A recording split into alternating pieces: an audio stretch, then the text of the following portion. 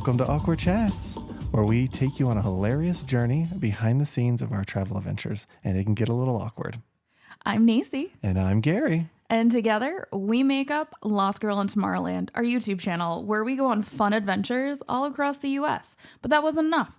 We wanted a place where we could talk about the real behind the scenes that goes into producing our channel. Awkward Chats is your ticket to the real, unfiltered side of our travel adventures and a place where we can start your awkward conversations. So buckle up and get ready for an adventure full of laughter, mishaps, and of course, awkward topics. You can find new episodes every month, everywhere you get your podcast. This is Awkward Chats. Welcome back to the podcast. Yeah, welcome back to the podcast. It is almost, we're towards the end of September, but we have been super busy doing a bunch of stuff. How have you been? Yeah, it's been crazy. We have just finally gotten back where we can film stuff. So if you want to hear our awkward quickies about like the D23 events and stuff like that, we're going to have them this month just because this is the first time we've been back in town. Yeah. It's been a busy month, really. Yeah. We've been spending most of our time in LA. I got injured, hurt my knee, so we haven't been able to film very much. It's finally feeling better. So we're looking to get out to go to like an apple orchard and stuff this week. So we're excited about that. Plus we have a couple plans when we get back to LA. We are sad that we didn't get to check out the Route 66, the beginning of it, like we were planning on when we stayed at the beach. But the Vea Hotel was amazing. Yeah, if you guys are looking for a beautiful hotel to stay at in Newport, honestly, the Vea Hotel was 10 out of 10. Yeah, one of the nicest resorts we've been at. The food service was average. That was like the only thing that was average. Like, everything else was great. Like the views were wonderful. Mm-hmm. The rooms are very kind of beachy. Even though you're not on a beach, you really do feel that kind of beach atmosphere there. We the free left drinks. the sliding door open and just had like the sea breeze coming in the room, and that was fabulous. Yeah, that was so was nice. Wonderful. That was absolutely. I loved it. And it did get warm the last day we were there, luckily. The last day, yeah. But every single day we were there, it was beautiful weather, fantastic views. Nice I did a little water. shopping. Yeah, there was a nice mall right across the street. Mm-hmm. We actually saw Deadpool and Wolverine, too, there. Oh, yeah, that's right. We did. We went to a movie theater that was like a dine-in movie theater and saw Deadpool, Wolverine. The food, nah. Yeah, like most dine-in movie theaters. Yeah, that's food. The movie was fantastic, though. Yeah, we really liked it. It doesn't really move the MCU plot much, but it was a good movie overall. Also, this week we went and saw Beetlejuice. We did at a $5 movie theater. Check out our YouTube shorts and the TikTok, and you can see kind of our short for going to the $5 movie theater in the mountains. And if you're on the fence about seeing it, I say go see it because they actually did a sequel and they did it okay. Yeah, I mean, they didn't like piss on Beetlejuice like the rest of the sequels that we've seen. The only two good sequels we've seen is Top Gun and Beetlejuice. Both of them take care of the main characters. Mm-hmm. They don't like dismiss them as like secondary. It is funny what they do to the dad. And we're not going to get into the reasons why they did that, but there are reasons why they decided to do that. And then Catherine O'Hara was amazing. Oh my Michael God, she's Keaton spectacular. Was fantastic as Beetlejuice again. Winona Ryder kind of felt like she was phoning it in. A little bit. And then the Jenna Ortega was okay as her niece, her daughter. It was. We were a little sad that they got rid of the people in the attic. Yeah, Gina Davis and the Baldwin. I think it's Adam Baldwin. Mm-hmm. But Adam Baldwin is in court right now, so that's probably why they couldn't use him. I don't know why Gina wasn't there though. At least give her like a. I'm guessing she got on made it to the afterlife. They kind of allude to that. Yeah. But then in other ones, they found a loophole. But then in other ones, was it a loophole to leave the house or was it a loophole to go to the afterlife? Mm-hmm. Because they had unfinished business, right? That's what I'm saying. So what was the loophole? Was it to go to other places or was it just to go to the afterlife? And they don't explain that part really well, but the rest of the movie was fantastic. And I think it's the perfect fall movie to just go out, check out, which we're going to be talking about. We are in one of our future podcasts. And in our October, we're going to talk about spooky movies. So definitely subscribe to hear that. But no, just because you're talking about it doesn't mean you're saying it's bad. I'm just saying that's an interesting kind of plot hole, I guess, but not really. I mean, it was not like they make or break the movie. Yeah. But the first movie was about them. So it's kind of weird that they're not there. It was a good storyline, though, I will say, and Yeah. they wrapped it up very nicely at the end. It wasn't like they were leaving it open for another movie. Yeah, unlike Ghostbusters Afterlife, where I thought that it should have just ended there. They kind of did that with Beetlejuice. They're like, okay, this is kind of it. And it's like, okay, respect that. Yeah. Yeah, so we've actually, and we're up in the mountains, and any day now, we're going to get a cold snap. And like, I'm so ready for it to be cold. Yeah, it's like in the 80s right now. Yeah. So on this podcast, we are going to talk a little bit about whether we're going to Halloween Horror Nights this year. Talk a little bit about that. We're going to go do some fall-y things like apple picking, trunk or treat. Carve a pumpkin. Talk about a little bit about our Halloween costumes. And then Nasia's going to talk about pumpkin spice a little bit because, she's a basic white girl. I am a basic white girl. What can I say? And then talk a little bit about some of the 90-day stuff or reality TV that we've been watching. Yeah, we honestly, we've got some ideas about some reality shows that we've been binging lately, and we'd like to hear what you guys think. Yeah, so let's get to it. Let's talk about, let's start with Halloween Horror Nights. So, if you guys are not familiar with what Halloween Horror Nights is, it is a event that Universal Studios, both in Hollywood, California, and in Orlando, put on every fall. And they basically do haunted houses. They do some themed food. It's an after hours event.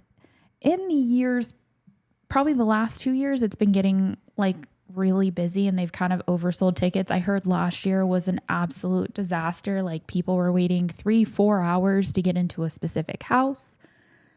So, and you pay a lot of money for it too, to only be able to they have 9 houses? It's somewhere between 6 and 9. I'm not 100% sure on the amount of houses. They have scare zones as well. Those you don't have to wait to get in. Those are just kind of randomly sprinkled around the park. But the haunted houses, sometimes people wait hours to get in. And last year we heard it was not great. This year they are supposedly selling limited access tickets. So basically the crowds are supposed to be lower for a higher premium ticket. I don't know if that's true. Nobody's really been talking about it very much online. They just started, I think, 2 or 3 weeks ago. And no, it's been 2 weeks at most. Yeah, it's pretty recent. And so we've kind of had it on our radar to potentially go this year. We went back in 2018, I think it was. And that was my first and only Halloween Horror Nights event. You've been. I went in 2004 or 5, I think. It was one of the very early ones. It's a fun event. If you've ever been to Universal, just think about Universal. Basically, you can watch YouTube videos. Tons of YouTubers have been there too, and TikToks and all that stuff. But basically, the scare zones are basically in the regular walking path. So you'll just walk through them. They typically have different engagement areas. They'll have a stage, and they'll either do a semi-show. It's not a 30-minute long show. It's more a 10-minute long show. Or they'll just have scares there. They had a box with a Chucky doll last year. Yeah. And you could kind of talk to the Chucky doll and stuff. And that was kind of the scary thing. You go down Diagon Alley. You have the Death Eaters. There's a whole women getting moist about them, which is fascinating on TikTok. If you're interested in kind of looking into that. And then you just kind of go around and there's different zones. Now, this year for the main IPs that I'm interested in, there's other IPs. And so IPs are intellectual properties. They're basically what Universal owns. And then they have some IP houses and they have some non-IP houses. The year we went, they had a nature one, which was nature reclaiming this area. And so that was the haunted house. But this year they had a Ghostbusters one, which is why we were considering going back, because during COVID, they had a Ghostbusters the COVID times, they had a Ghostbusters house, and we wanted to go, and we just couldn't make it work because we were in New York at the time, and Nasia was working all the time, and we couldn't get time off. So we didn't get to go, and I really wanted to see it. It had the old Ghostbusters. It had the Stay Puft Marshmallow Man, the big guy. Supposedly it smelled like marshmallows in there. So definitely was interested in that one, but we couldn't make it. So this year they had a Ghostbusters, which is why I think we started considering whether we're going to go back. But we've watched some TikToks and some YouTube videos, and it's just the new movie. And we've talked about the new movie on the podcast and on our YouTube channel. It's not bad, but it's not It's not their best work. Yeah, it's not anywhere near the first Ghostbusters or even the Ghostbusters Afterlife, which I think is probably the second best movie. It's not even as good as the second Ghostbusters movie with the Statue of Liberty and the ooze thing. So I didn't think it was. I don't know if it's worth it. That's kind of what we're talking about on the show today. Do you think it's worth it? But they also were supposed to have like these like s'more with like the marshmallow guy. Yeah. In it, and like for me, I feel like, so I do not like being scared. Just gonna throw that out there. I'm not someone who enjoys being like boo, like scared all the time. But we did have a pretty good time when we went back in 2018, and I think if we could be a little bit more chill about it, maybe do some more stuff, maybe I would enjoy it more. We were with coworkers. It was like a work event. So obviously you don't want to like go all out when it's a work event, even though my boss went all out and she did some interesting things. I don't feel like we were able to fully enjoy it. Yeah. What do you think though? I don't. So one of the issues that you talked about already is the wait times for the houses. If you don't get the VIP, which is supposed to be pretty limited this year, and we haven't looked into it, but it's supposed to be pretty limited. I don't think the houses are worth it because you're waiting at least an hour to 2 hours outside the lines. You have the Florida weather, which starts raining in the evening hours. Recently saw a TikTok where people were waiting in line to get into a haunted house, and it was just... And if you think there's probably like 8 or 9 haunted houses, you're going to wait 2 hours a piece. The event's only like 5 or 6 hours. So you're going to have to pick and choose like what you want to do. It's even worse than the Disney Not So Scary stuff because you have such limited time, you're going to have to pick. Yep. And if you want to do the food and you want to see the houses, you're not going to be able to do that unless you have the VIP. Like I would be okay maybe picking one haunted house and then trying to hit up all the scare zones and then eating food and drinking like that. I think I would be okay with. But then, like you said, like you got to go back and think, okay, you're paying $200-ish for this event just to pay more for food and drinks to do what? Yeah. Not all the rides are open.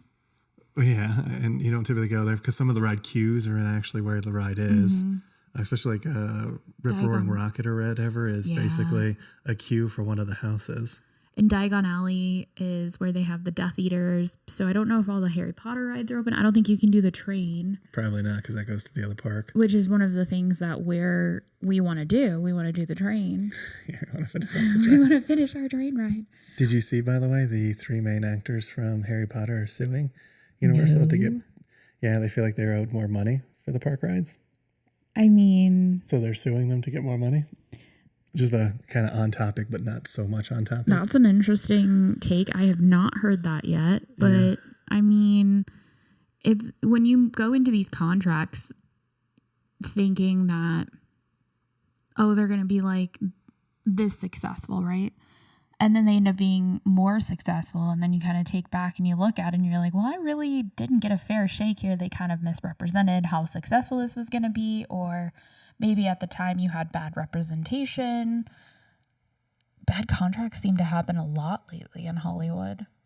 Yeah, I mean, but I don't know. It's an interesting conversation because you've got the whole like, so what about like people at the Haunted Mansion who did those voices? Do their estates still get money? You know, like, yeah, it starts kind of raising those questions. But we'll get back to Halloween Horror Nights. It is kind of Halloween-esque because I guess Harry Potter is kind of Halloween-esque in some aspects. I watch Harry Potter in the fall.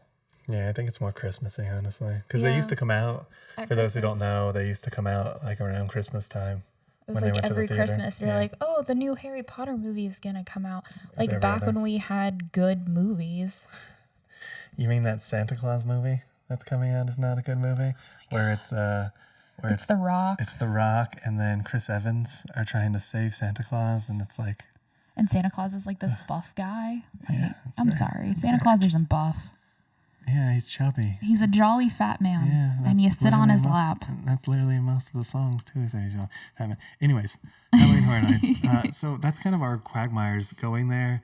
It's like we're not sure what we want to do, and Nasi's not really a big fan of scares, so, is that something that we want to try to do? It's still on our radar, because our friend does live in Orlando, and if he goes, it probably would sway us to go. Yeah. We're not really sure if he's going or not, so... Yeah, it's probably going to come down to our friend. If he wants to go, then by all means we'll go and we'll make a party out of it and we'll make the best out of it. But if he doesn't want to go, we're kind of like on the fence of like, there's other things we could spend that money on. Yeah, and the thing is, like, if we go, I feel like I'm just going to be going to, like, the food booths and stuff and checking out the food. Because the haunted houses are just, again, if Ghostbusters was better, I'm 100% for Ghostbusters. Yeah. But it's not. So it's like I've already seen the house and I know that I'm going to be somewhat disappointed. So yeah, and I think there's like supposed to be one house this year that was supposed to be like uber scary that like people were passing out and vomiting afterwards. And they have the Quiet Insidious. Place one, isn't it? Yeah, Insidious. And then there's the Quiet Place one where you're not supposed to make any noise. Like, what do you do in there? Giggity. Because, like, I mean, if you make a noise, are they going to grab you? They can't touch you. I don't know. Good question. We again haven't watched that many videos on it. No, we haven't. Just because we're kind of leaving it up to surprise if we go. If we don't go, then we'll probably watch more videos on it. What do y'all think? Are you going to Halloween Horror Nights this year? Are you going to Or have you been in the past? Like, is it something that you do every year? Is it something you do every once in a while? Was it a one and done for you? Yeah. What is it? Because the one time I went in the early 2000s, the one thing I remember is basically walking around the park and there wasn't as many like scare zones and stuff. It was just kind of like scare areas and they weren't as like dedicated. They would just fog them up and people would like jump out and scare you when I went. So it was kind of more like that. Whereas now they've definitely put a lot more thought into the scare zones and stuff. Yeah, and they're definitely more IP heavy. Yes, which is kind of It used to be they would like have this creative and they would just create monsters and create these stories and like the what is he called? He's like the main person. Jack. Yeah, and he like opens up Halloween Horror Nights every year and then they had the movie guy. Yeah. But all they don't those, do that really anymore. Yeah. They tend to, but that's a park thing. It's not just a Halloween Horror Nights. That's a park thing. That's what all the parks are doing, are going IP based. It's like if it's not in a movie or it's not an established IP, it's not worth doing. And I feel like that's the wrong direction. I feel like it's a little lazy. Like we are missing creativity in parks. Like we're like having a little bit of IP is great, especially if it's got a lot of fandom behind it. And you really just like the Harry Potter worlds, right? You wanted to see that world come to life. Like, I think that they did an amazing job with that. However, not every single thing needs to be IP based. Agree. 100% agree. Yeah. And it's just kind of weird too. Cause Universal Studios was supposed to be a backlot. So it's supposed to be the making of different movies. Making them all IP doesn't really make sense in what the park is supposed to be. So now what's the park supposed to be turning into? Right. And with them opening this new theme park, I'm curious how, because it opens next year. So how is that going to play in next year? It'll be interesting. Agree. It'll be one of those things to see. I am excited for the new park though. And like a little bit off topic here again, but I am excited for the new park. I'm interested for the different lands. I'm glad they're doing like a classic horror guys with like the vampire, the Frankenstein's monster, werewolf. I'll be interested to see those things. Agreed. And I'm interested to see how they bring over Super Nintendo World. Yeah. To the US, because the one over in Hollywood is kind of small. It's really tiny. Small. Yeah, it's really small. It's a good start. But we're supposed to have a Donkey Kong coaster, so like that should be interesting. And I know you were kind of disappointed they didn't really bring in Zelda. Well, yeah, I feel like that's maybe Mario future and Zelda are like iterations. The two biggest ones to me. Yeah, I feel like Zelda is Nintendo. So Zelda was like the second biggest game that they released. I mean, obviously you got the system with Super Mario and Duck Hunt, and there's not much you can do with Duck Hunt. So then you have Zelda's next. So it's kind of like I feel like they should do a little more with Zelda and Link and put something in there other than just having the sword. Occasionally you see the sword in the land. So that's kind of where we're at with Halloween Horror Nights and kind of continuing our transition into like fall activities that we're doing. We are going to try and go apple picking this week, which we're really excited about because they apparently start picking apples in September. Yeah, well, so we're in the southeast, so it's not the northeast. And when we were in the northeast, they didn't really start picking apples till about October. But in the southeast, it's much earlier, which is good. But also, we've never done apple picking here. No. So it'll be an interesting experience. We did it probably like 2 or 3 times when we lived in New York. That was a fun experience, going to the apple orchard, getting fresh cinnamon donuts, apple cider cinnamon donuts. Oh, those things were fantastic. And fresh cider. I mean, just fresh cider in general is just deliciousness. And you also get like the ice cream that you can get there. The one that we're going to this week has its own like distillery and stuff. So you can also get like alcoholic ciders and stuff like that, which I'm excited for. We're going to try. We're going to see if we can try. Yeah, it'll be fun. The picking of the apples, it's fun if you've never done it. You basically just go out into an orchard, you look at an apple, you say, oh, this one looks good, and you put it in your bag. Yeah. And you'll see thousands upon thousands of apples on the ground just rotting. I feel like there's a better way to do it, but it's kind of what it is. I'm going to try and dress all fall-like, too, so I can make fall pictures, even if it is 80-something degrees outside. And if you want to see that video, definitely check out Lost Girl in Tomorrowland. It'll be in the next couple of weeks that we'll post a video for it. But I am excited. I want to try. We've been there a few times and bought stuff. We haven't really explored the growing areas. And we also haven't sat down at the bar and really tried. We've tried a couple that we took at home, but we've never tried anything there. So I'm kind of interested in maybe doing like a cider flight or something like that while we're there and just kind of seeing what's available. Yeah, and it'll be interesting to actually see going out into the orchards because, like you said, we've never gone out there. And we didn't go this weekend because I knew Mercer's was going to be busy. Yeah, so the apple orchard that we're going to is Mercer's. But if you ever try to go there, it's kind of between McKaysville and Blue Ridge is where it's located. There are lines like hours long to get into the parking area. So if you go on the weekends, during the main seasons, it's really hard to get into. So we were just going to go during the week early. Yeah, because we don't need that many people around. We're just going to go check it out, see what's happening. And who knows, maybe we'll come back if we really, really find some stuff that we like. Or if they're picking an apple that we really like when we get back. But I'm excited to try the cider flights. Oh, that's a good point, too. So if you're going apple picking and you don't like all different kinds of apples, you only have a couple that you like, you want to look at what they're growing. Because they're not always growing all the apples at the same time. So just some technical difficulties that we have. Technical difficulties. We're just going to move on. So we were talking about different types of apples that you can get at the apple orchard. So like if you're interested in like Macintosh, which I know is like the big one that most people like. Yeah. And then there's a few others too. I like Galas. Yeah, so you want to check like when they're growing or when they're being picked, I should say. They're always growing. It's just when you can pick them.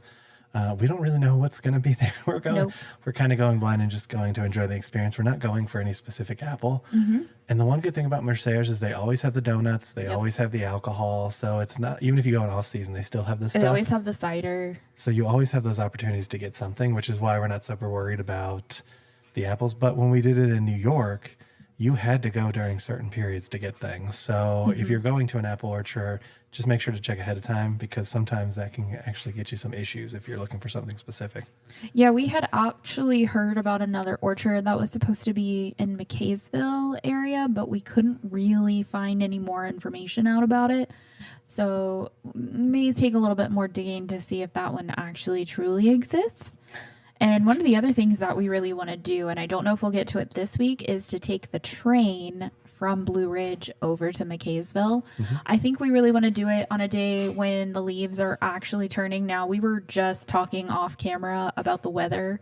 It's been really warm. It says that it's 84 degrees outside right now, which is 10 degrees warmer. Think about that. 10 degrees warmer than it usually is this time of year. Yep. So it is unseasonably warm. So the leaves have not changed really. I mean, there's some that have started changing, but it's at a much slower pace than what it usually is.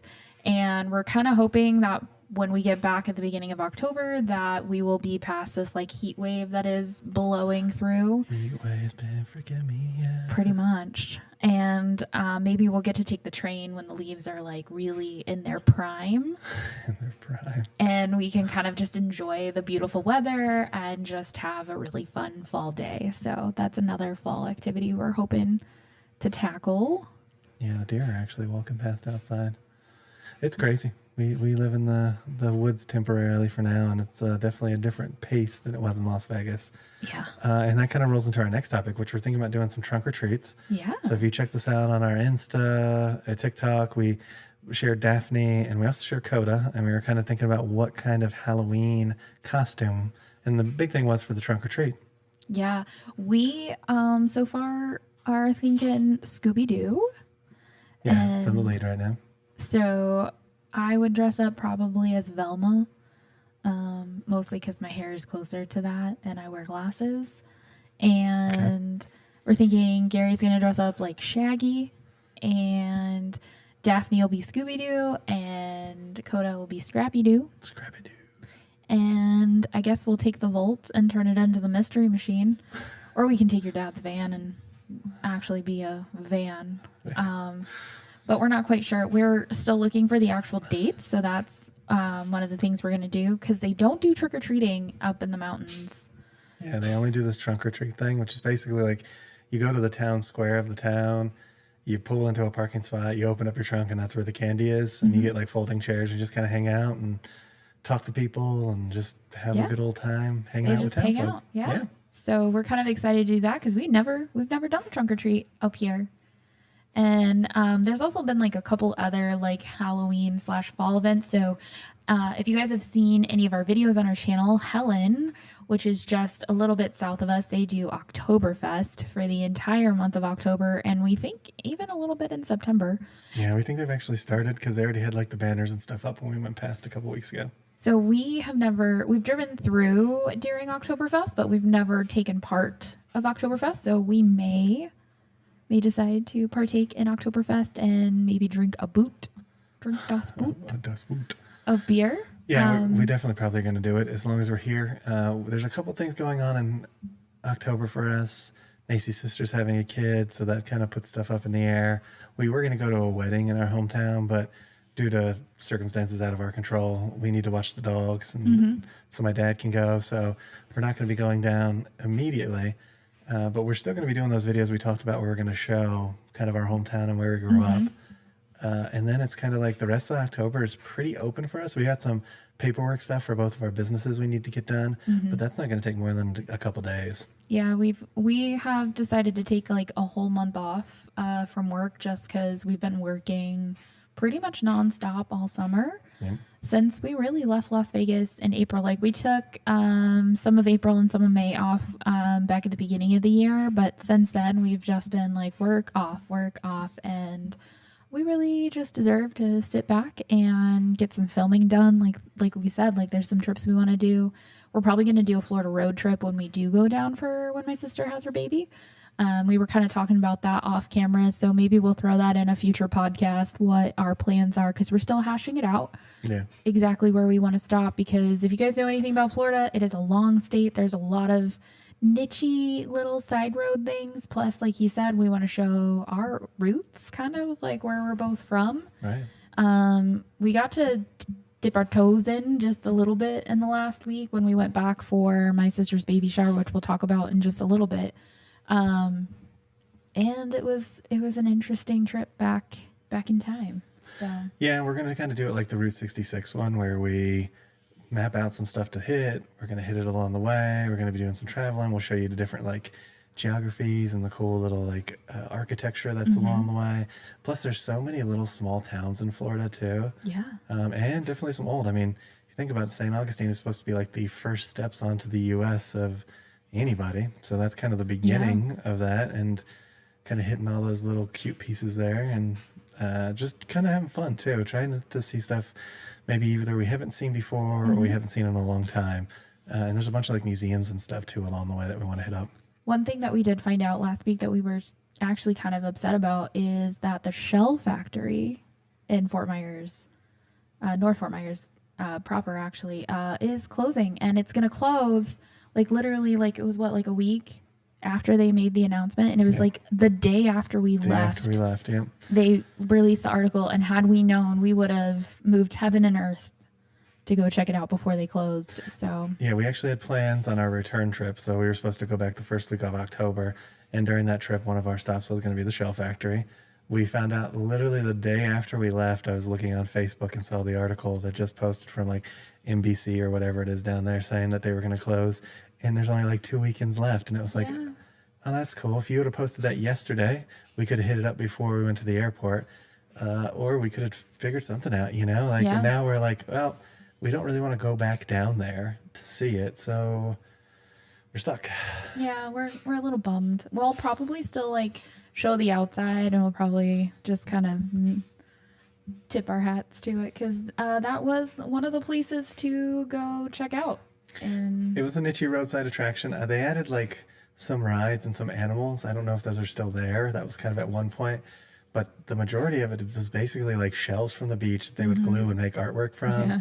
You'd get like baby crocodiles and formaldehyde jars, and you get like sharks in jars. And you would just have like this whole collection of weird oddities that they would have in the gift shop. It was a cool experience. But I can understand why it's closing too, because it's not like there was much to it other than just the oddness of it. Yeah, there's not really a whole market, I think, for that down there. So we'll probably still show the outside. We'll see what it looks like when we do make it down there. But yeah, we were a little bummed about that. Yeah, so that's kind of one of our change of plans when we go to Florida, that we won't be able to see that this time. Mm-hmm. But yeah, so those are kind of our fall ideas. There's a few more that we have kind of brewing. We're just going to see how much time we have. Because even though it's easy to just get in the car and drive somewhere, it does still take some effort of planning. So we're excited to see what we get done in fall. Yeah, in fall. In the fall. So this is going to be the end of our YouTube preview. So if you like this, be sure to hit that like button. Make sure you hit that subscribe button. And ring that notification bell so you get notified to at least 3 videos a week. And we'll come and get you guys for the next one. Ain't that the truth? Baby Ruth. And for all those on the podcast, we'll be right back in 1 second. Welcome back to the Awkward Chats. Now we've got left is pumpkin spice and talking a little bit about reality TV. So let's roll in that pumpkin spice. So I like pumpkin spice. I will say it's not like super top of my list of flavors that I absolutely love, but when pumpkin spice does drop, I do go get myself a pumpkin spice latte, as one should. And unfortunately, it's been so hot outside that I haven't wanted a hot pumpkin spice latte, but I do have a cheat. I make my own pumpkin like creamer. You just need like allspice, pumpkin, like pureed pumpkin, and some heavy cream. You mix that together, and then you can have pumpkin spice whenever you want. Interesting. So you're not stuck on the Starbucks or anything? It's just general pumpkin spice for you? General pumpkin spice. Now, I don't get super into like pumpkin spice Cheerios, pumpkin spice bagels, I just like it in my coffee, personally. Okay. I do enjoy the smell of like a pumpkin spice candle, or even just like general fall candles, which is more of like a cinnamon. It's more like an apple cinnamon is like my favorite fall scent. Mm-hmm. And it's just, I don't know. I think you can get a little too overboard with pumpkin. With the pumpkin. I do like a pumpkin pie though. And that's basically what a pumpkin spice latte tastes like. It tastes like pumpkin pie in a cup. Okay. So you drink your pumpkin pie, I guess, instead of eat it. Pumpkin pie is not the same if you don't have a ton of Cool Whip. But they put whipped cream on the top, so it's okay. It's kind of the same thing. Whipped cream and Cool Whip are two different things. Cool Whip. I think Cool Whip's like an oily based thing, and whipped cream is more like actual made out of milk. So yeah, they're two different things. Yeah, but yeah, I'm not like super like overboard on the pumpkin spice. Now, maybe 10, 15 years ago, I might have been way more into it than what it is. But how do you feel about pumpkin spice? Well, it's interesting, like year after year it comes out and it's like less and less. Like it used to be like this huge thing, like, oh, pumpkin spice is coming out, yay. And now really all I've seen is like a couple TikToks saying that, oh, it's here, or like they work at Starbucks and they have like the jug of pumpkin spice stuff and like, oh, it's here, type of thing. So it just feels like it's kind of less and less for some reason. I wonder if it's just the market and like people just don't really have the money for it, or maybe it really is a dwindling market and it's a good question. They're trying to replace it with other things. Like I know now Starbucks has like oat milk, and they do like there was like an apple oat milk thing, which I haven't tried. I'm very picky about what new drinks I try at Starbucks because some are not very good. Yeah. Some are like actually quite awful. And it's not really my thing. And I don't know. Pumpkin spice has been around for a long time. It has. And it's like safe and tried and true, but it only sticks around I think till the end of October and then it's gone. And then it's salted caramel cream, which is chef's kiss. And they do like a snickerdoodle, like their holiday ones for Christmas are my favorite. So I'm definitely more of a holiday.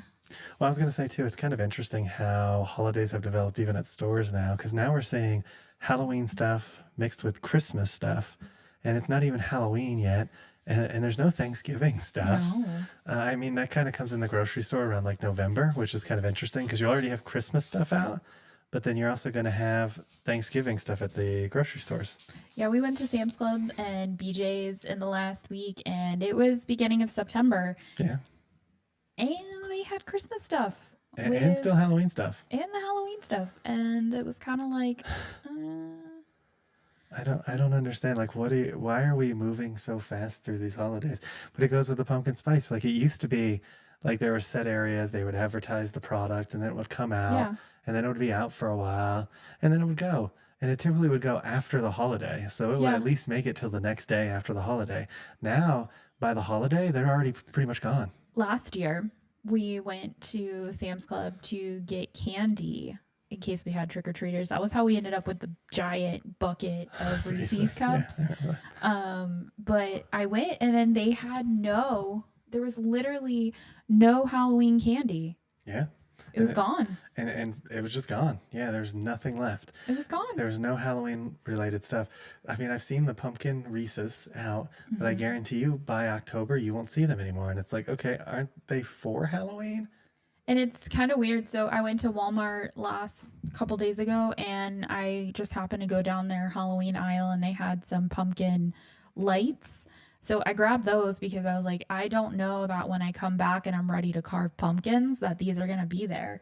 And they're just these little LED lights. And I feel like if I want to get something that's Halloween-esque, I have to get it because I don't know if it's going to be restocked. I don't know. And we're up in the mountains. So really if we don't want to go to the city, Walmart is like our only store or Dollar General. Like those are our two stores that we can buy products at. We don't have a Target. So we have very limited supply here. And Walmart still had costumes and they still had candy, but I imagine in the next week or two, it's definitely going to dwindle. Agree. As people start to buy. It'll be interesting when we get to just October. What's going to be left for Halloween? Because I'm guessing not a lot. Yeah, we'll see because we gotta stock up for trunk or treat. We do. Yeah, we actually have to get our candy soon, but that won't be too bad. I think we'll probably pick it up when we come back after this trip because we'll be back the first week of October. Yep. And that's kind of an okay time to start picking up candy. You don't want it to go bad though. That's the crux. I also don't want to eat it. Well, you don't want to eat it, but that's the crux of like Florida. Stuff goes bad because of mold. So it'll get in there. The humidity gets in there, it makes it moldy, or it'll melt the candy or whatever. So there's like hundreds of things that you're worried about, but you're also worried that they're not going to have them at the store when you go to get them. So you're kind of in this like catch-22, like get it now, but then you have to make sure it stays fresh. Don't get it now. Hope they have it when it gets closer. You kind of screwed either way. But I'm excited for the trunk or treats. I'm excited to try these kind of new season things. And I kind of like the opportunity of the switch over, but I just feel like the window for it's getting so short with the merchandise and stuff that even with like the pumpkin spice, even though I'm not a huge fan of pumpkin spice, my favorite thing I think around the holidays is probably the mint milkshake at Chick-fil-A, and that's a December thing. Peppermint milkshake. That's probably one of my favorite things. I make or break with the whole like pumpkin spice, but it stinks that it just kind of comes and goes so quickly nowadays. So I guess we'll end on this question. How excited are you? Are you more excited for fall or are you more excited for winter activities? I like the holidays in winter better. I don't really care for the temperature in winter. So it's kind of a toss up to me. What about you? I think this year I'm putting all my ducks in the basket of fall. Okay. Why is that? Cause we're gonna attempt to do a bunch of fall things, and winter is still kind of out there, and we haven't really made a lot of plans for winter yet. Okay. So I don't really have a whole lot on my radar. Plus, we're back up in the mountains again, and the weather can be unpredictable. Yeah. So we could end up with like a very mild winter, or it could be the year that it decides to snow a bunch. It's been a good 15 years since they've gotten a really good snow, so they're due. It's just whether or not Mother Nature wants to cooperate. So Very true. kind of hard to plan. So our last segment for the podcast is talking about reality TV that we've been binging. Yeah, I watch a lot of reality TV, and it tends to kind of open up conversations for us. So we watch it, and then we kind of talk about like the either a overproduction of the shots that they're making, because we're like, okay, this was definitely set up by producers, or two, just kind of some of the toxicity that we see. It seems like lately on TLC in general, maybe it should be the Toxic Learning Channel, a lot of the relationships that they portray lately feel like they're just toxic relationships, and I don't know how that kind of comes across to the audience, but I mean I know for me, I just watch it because I just like to talk shit about people, and I don't know these people from Adam, but it's interesting how their like 90 Day Fiance is leaning more and more into these toxic couples, whereas when the show first started, it seemed like they might have had a toxic couple or two here or there that would kind of string along through the seasons. But now it seems they almost go after those toxic couples instead of really showing the process of people who may not be perfect, but they do genuinely care about each other. Yeah, I think the thing to remember with the 90 days, like, you're not actually seeing these real people, you're seeing representations of them on television. Mm-hmm. So when you're kind of critiquing them and stuff, it's not really them, it's whatever they've been presented on TV. Because it's not like we know any of these people Mm-hmm. personally. It's an interesting experience to watch it. Some of the more fascinating pieces for me, though, is like, from a humanities perspective, I guess, is like they always pick the same type of people. The people we've seen on the show multiple times, they always pick the same type of people. And then, like, why does it fail this time? Mm-hmm. And it's like, well, it's because it's the exact person that you picked last time. They're just slightly different. Like, they look Yeah. different. That's it. Like, I love the women who are like, oh, I need somebody who makes a lot of money, is driven, works all the time, wants to be invested in their work, invested in themselves, and then they start dating them. They're like, well, they're not spending enough time with me. Yeah. Yeah, but that's what you were looking for. Or they're not very understanding or accepting of their culture, and they Yeah. expect them to conform to their culture instead of kind of meeting in the middle and being like, okay, well, let's take a little bit of my culture and a little bit of your culture, and let's find what works for us, instead of like, your culture is wrong or your culture is bad, my way or the highway. Yeah, I'm amazed by the amount of like, it's like one direction. Whenever they're in the other country, it's like, well, we got to do all the rituals based on this country. But it's like, but that's not the country your other person's from. Mm-hmm. And if you wanted to do that, why not just marry somebody from that country? Mm-hmm. Like, if you want everything to be the way that that country is, then why are you looking for people in other countries with different Mm-hmm. like backgrounds and different thoughts and all of those things? Like, why would you choose them over someone in your own country if all you want is from people from your own country?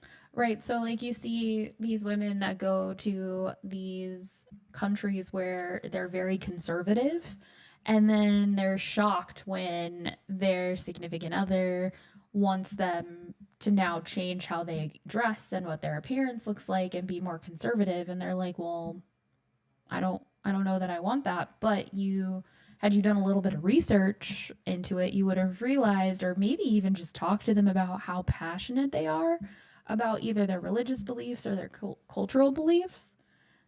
Maybe you could have navigated this a little better. Yeah. It kind of goes back to too what we talk about every time they meet. What do they talk about on the phone?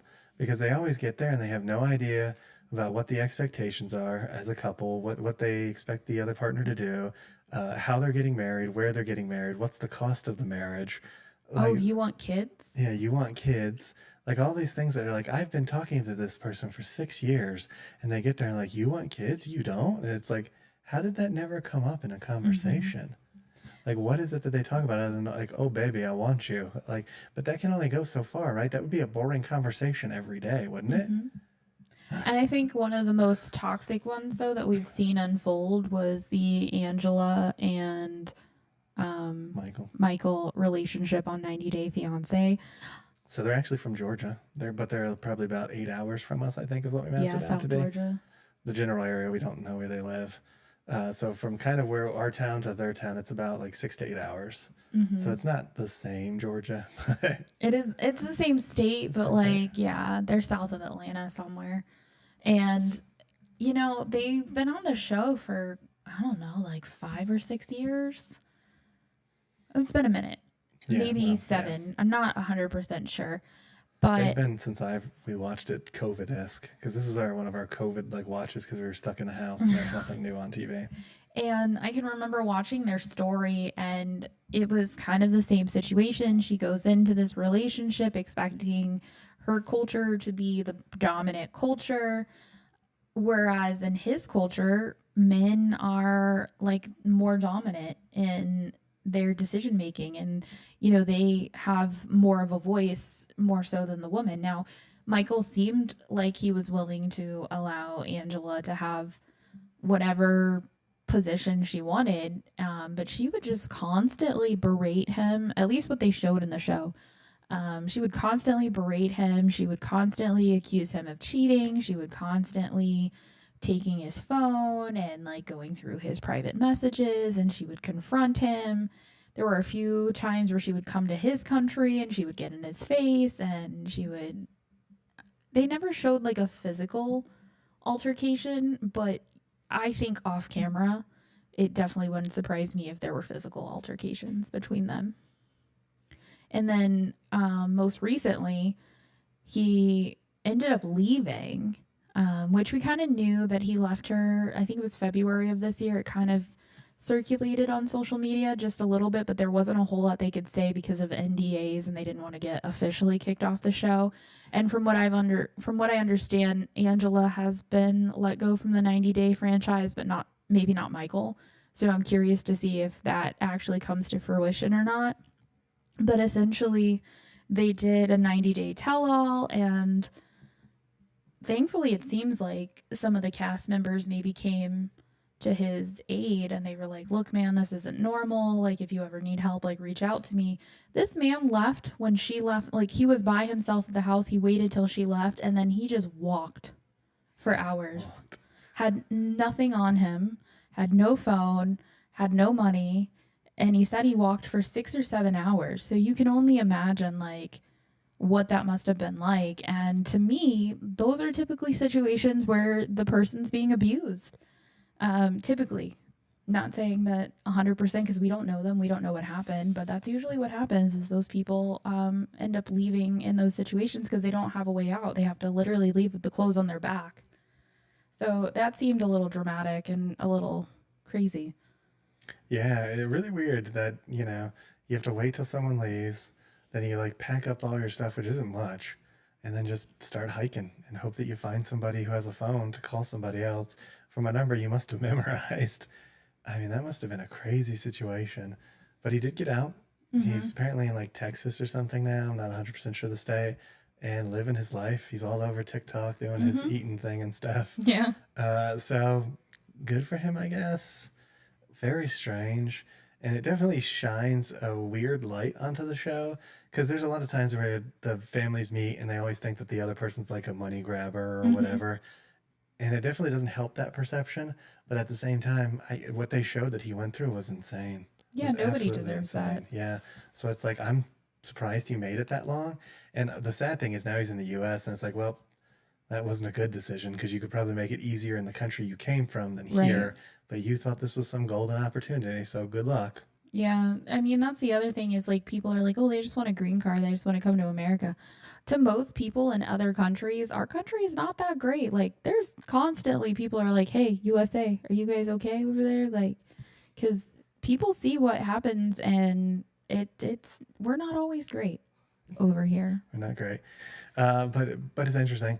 The shows are a fascinating experience. We've thought about doing like live watch throughs Mm-hmm. on another channel and kind of getting into that because we basically do it and we talk about the show as it goes on. So why not do it as a live stream? If we can get our studio set up, that might be an option for our future podcasts and Mm-hmm. stuff. Not for awkward chats, just for another sort of Whole other podcast we'd be channel. coming on with, Yeah. and just kind of figuring out how to kind of work that. Just because it's fun, it's stupid.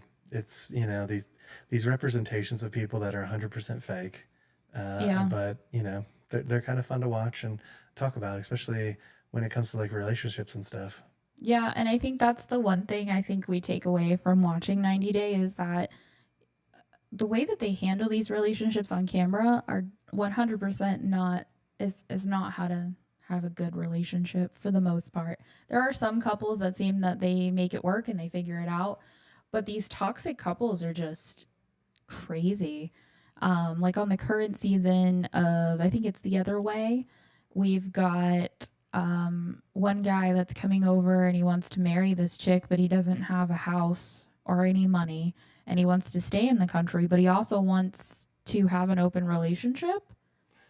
But he's not brought it up. He hasn't talked to her about this. So that feels a little bit toxic. There's a guy who can't see. He's legally blind, and the lady came over to the country, and she thinks that she's going to change him from his extremely devout Christian views and come over to whatever it is that she believes. I think she's more of like a new age type believer. She believes in aliens and that there's, higher. I don't really know. It's a little out there. But she was taken aback that he was a devout Christian and had his religious beliefs, and she's taken aback about the fact that he doesn't want to be with, like, he doesn't want to sleep with her until they're married. So it's, Again, like what do they talk about on the phone? Like, yeah. what is it that they actually talk about for the last? I think they've only been together 4 months or something like that, so it's Mm-hmm. not super long. But the one before, it's been together like almost like 3 or 4 years. It's like this crazy. Like, what do you guys talk about? Mm-hmm. And then there's the two people that have had way too much cosmetic surgery, and they're just toxic to each other in general. And then there's the girl who came over. She's going to a conservative country and she marries the guy within 24 hours of meeting him. Then 24 hours of landing in that country. Never met him face to face before. Signs a marriage contract. The entire drive, so she had an entourage with her, right? The entire drive to her friend's hotel just to drop them off. Not a word was spoken. No. How? After you haven't seen anybody forever, this is their Ever. first time in person, have nothing to talk about Yeah. at all. How does that happen? Like what? Like what? Like I feel like Wow, you're when, shorter than I thought you were going to be. Wow, you're taller than I thought. Something. There's got to be something. what did you do yesterday? What did you eat for breakfast? I mean, like there's. How was the plane flight? Mm-hmm. How was your drive to the airport? I'm sorry I took 2 hours to get ready in the airport bathroom, but do you like what you see? I mean, like, there's still, it might be a little narcissistic, but there's still something to talk about, right? Right.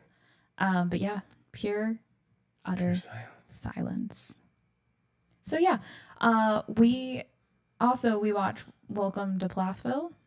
That's another interesting toxic show, which I feel like it's kind of fizzling out a little bit. I think this has got to be its last season. I don't see it going another season because there's the family in and of itself. Everything that they do seems overproduced Oh, and fake. and Yeah. fake. Yeah. Like Because it's nothing clear, like seems when they're legit. together, they're like, "Oh, we're never really together," but then they act like they always are hanging out. It's like, I don't understand. The other one just said you guys are never together. Like you should get on the same like wavelength when it comes to their. Before you hit record, maybe talk to each other. And then it's just like everything is just so fake. They were filming a music video, right? And they're being followed around with professional cameras and stuff. The music video is being filmed on a DSLR and iPhones. And that's what they filmed the music video. And I'm just like, so the cameras that are filming you are high quality studio cameras. But the ones that you guys are using for your music video or this, you didn't think like, hey, can we just borrow a couple cameras from the Right. film crew? I imagine they would let you. They seem to be like friends. you know, after they film for so many years, they kind of Mm-hmm. become friends. You trust them. It's not like they're going to go anywhere. Right, they can't like run off with your camera or anything. So it was weird. It's just like, okay, that's The one girl's trying strange to like decisions. soft launch her music career. Yeah, which is kind of common. It is common when like young females become movie stars and stuff. They always try to launch their music careers too. It seems to be just the steps they go through. So I read an interesting take on the whole Welcome to Plathville family. And it seems as though, so a lot of the issues with the older children is lack of education. So they were all homeschooled by their mother. And basically, to get a high school diploma, they had to take a GED test, and that was it. That was their graduation. And if you watch them through like the earlier seasons, you can really see the shelteredness, the naivety, and really the lack of education. And instead of really instilling in their kids to like go out there and learn more, and like Ethan, the oldest son, he's really good at fixing up old cars, but he doesn't have enough education background to go and take a test to be like a certified mechanic. Now, he could pursue that and he could try to learn more, but there's no drive there to do it. And then you look at the Mariah kid who wants to just launch this music career, but she's done no real work. The first album or the first few songs that she produced, Olivia, who was then Ethan's wife at the time, she helped produce the entire thing for her. So she just wanted to sit back, show up, and like, hey, here's my music, and I want to make it big. Instead of really going in and trying to hone her craft and really trying to learn more and do more, it seems like the older children just their mother, unfortunately, I think, has just set them up to be codependent with her and their family, and like they're just so dependent on that relationship with their family to have money that they're not really encouraged to go out and have a college education or to go out and learn more and pursue a career. They really set these kids up for failure, and you really start to see that in the later seasons where they're not able to function on their own. Yeah, yeah. I mean, it's a fascinating dynamic to watch, and it's one of those kind of like if you're in the fall and you're stuck inside because it's getting cold outside and stuff, it could be something to binge on because there's not that much new TV coming out. Mm-mm. Uh, and like you said, it's kind of a interesting piece examining different relationships from 90 Day to the Plathville to just how different people react in different Mm-hmm. situations.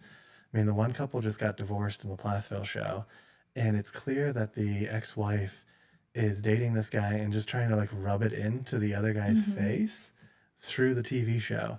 So it's like this really odd interactions of like not being able to draw the line between infatuation and love, Mm-hmm. and then just over the top.